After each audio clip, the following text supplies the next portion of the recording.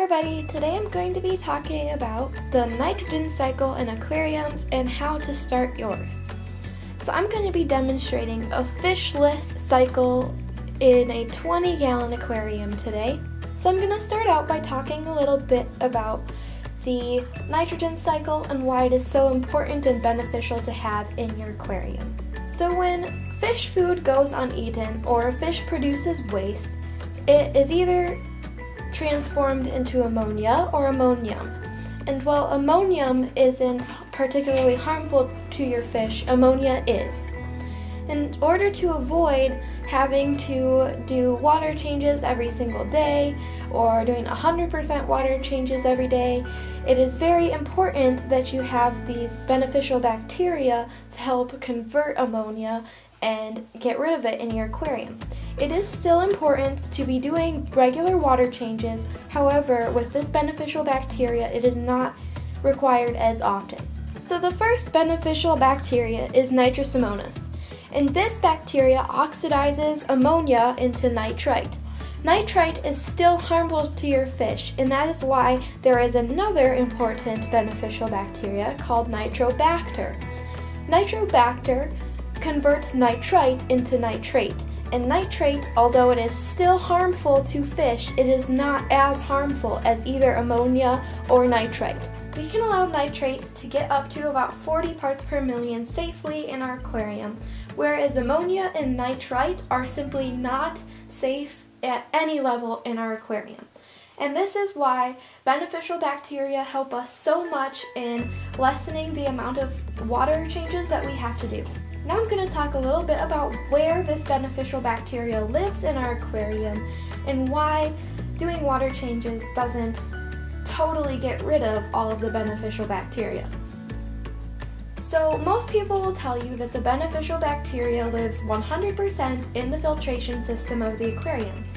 While it is true that the beneficial bacteria lives in the filtration, it also lives on the surfaces of the terrain, such as the sand or gravel, or on the plants.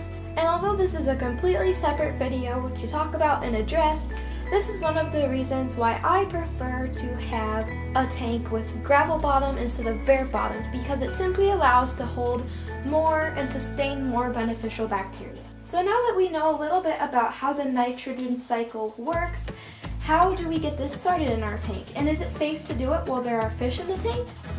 Well, the answer is yes and no. You have to be very experienced and you have to know what you're doing if you're going to do a fish in nitrogen cycle. The problem with doing a nitrogen cycle while fish are in the aquarium is that ammonia is simply not safe to fish at all. You want to maintain 0 parts per million. And if there is no ammonia in the tank, then these beneficial bacteria just won't really show up. So it will take much longer and it will be harder on the fish. So today I'm going to show you how to do a fishless nitrogen cycle. If you have an already established aquarium, doing a fishless cycle is as simple as taking some of the filtration out of the established aquarium and planting it into the unestablished aquarium, monitoring the levels for a few days to ensure that the bacteria has been fully established, and then introducing your fish. Today I'm going to be demonstrating how to do a cycle when you do not have an already established tank. And the first step is getting your hands on an ammonia source. So today I'm going to be using this ammonia janitorial strength formula from Ace Hardware. The important thing to note is that it is 100% ammonia, no additives, just ammonia and water. And if the ingredients are not listed, the easiest way to do this is by shaking the bottle and making sure that there are no soapy bubbles or foam forming. So how much ammonia should I be adding to my aquarium? And the answer is about 2 parts per million, but that doesn't really mean anything. So I'm going to do about 4 drops per gallon. Converted, that is going to be about 1/4 tablespoon. At this point, you've done enough and you can simply wait for 2 days to test your levels. Since I have it on hand, I'm going to be adding some Ready Start nitrifying bacteria starter. You should not rely on something like this alone to help start the nitrogen cycle in your aquarium. It simply will not do the job by itself. You must have an ammonia source.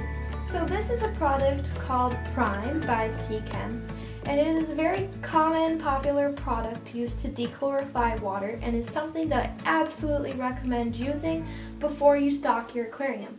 However, I will not be using it at this point because Prime does convert ammonia to ammonium to make it safe for the fish, and while that is a good thing, it limits us from being able to create the good bacteria. And because I do not have any fish in this aquarium at the moment, I do not want to get rid of my ammonia, so I will not be using Prime. An absolutely necessary product to have when you are starting up the nitrogen cycle in your aquarium is this API Freshwater Master Test Kit.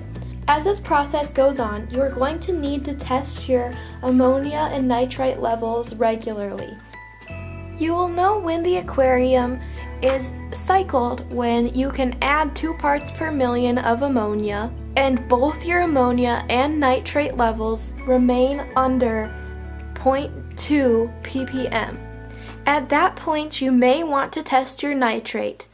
The nitrate should be high. You will want to do a water change and then you can stock your aquarium. I hope this video was informative and helpful for any of you who are looking on how to start your very own aquarium. Please look out for future videos and watch my last video when I showed you how I set up my betta fish aquariums. Thanks for watching the video. Please subscribe and stay updated on our newer posts, and also check out animalhearted.com. They have plenty of different clothing articles as well as accessories for both you and your pet. And if you use our code, MyPets1031, you can receive 10% off your final purchase price.